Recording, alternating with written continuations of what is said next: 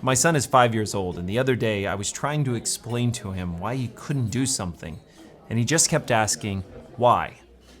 Without really thinking about it, I just said, because I said so. I know, it's the classic parent move. I remember being a kid and my parents saying the same thing to me. As a child, that never made enough sense, but as a parent, I find myself reaching for it as easily as they had. It's really an appeal to authority.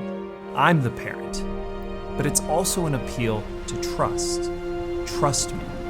That's what we're really saying. But trust, particularly when we're suspicious of those in authority, can be hard to hold on to. When I ask my son to trust me, I do it because there's something I know that he doesn't yet understand, but it doesn't take much for that trust to slip into suspicion. I think the serpent knew exactly what he was doing when he planted the question, did God really say, in Eve's heart? Sure, Eve saw that the fruit of that forbidden tree looked good. There may have been some temptation just in the fruit's appearance, but the real temptation was the seed of doubt that the serpent's question planted into the garden of God's goodness. Suddenly, what God had said, the trust they had in his goodness, was in question. What was God keeping from them?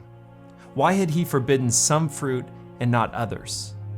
What was God hiding? You won't die, the serpent replied to the woman.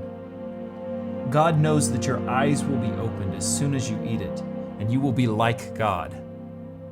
Sin always works like that. In the goodness of God's perfect creation, we get suspicious that we're missing out. God is somehow keeping us from something. We come to suspect that his authority is holding us back and not for our good. And so we reach. We reach for our own way, our own authority, our own control. We reach to find out, to discover, to claim life for ourselves. Have you ever considered all the good that God intended and that humanity sacrificed in that moment? And all it took to kick off that rebellion was a single interjection of distrust. Isn't that how it always goes? The moment we think we know better, everything is suddenly up for grabs. I've always been struck that the first acknowledged consequence of humanity's sin was that their eyes were opened and they realized that they were naked.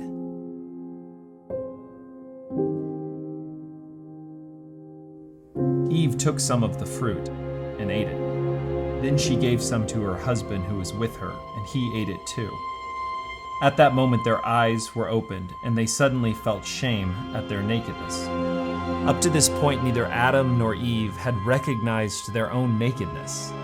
They were most likely focused on enjoying the perfection of creation, the garden, one another, and the company of God. But disobedience led them to seeing like they had never seen before. Acting as if they were the final judge of what was best for their life shifted their attention to themselves and left them feeling exposed and vulnerable. That realization collapsed their garden experience into conflict and chaos. And maybe worst of all, their shame led them to hide from God. Conflict and strife now poisoned what it meant to be in God's creation. Humanity became deeply broken. But God came looking for them. It is the foundational human story, our rebellion, our hiding, and God searching for us. I guess the question is this: why do we still find it so hard to trust God? Why are we so easily convinced that we know best, that we know what we need? Why are we still rebelling against God's purpose of creation? You know, the Bible is 66 books, and so far we are just 3 chapters into the first book. But this long, winding story has its ultimate promise right here in the beginning.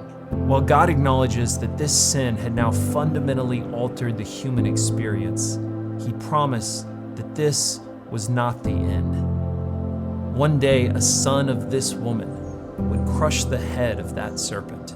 One day the goodness of the garden would be restored, and us with it.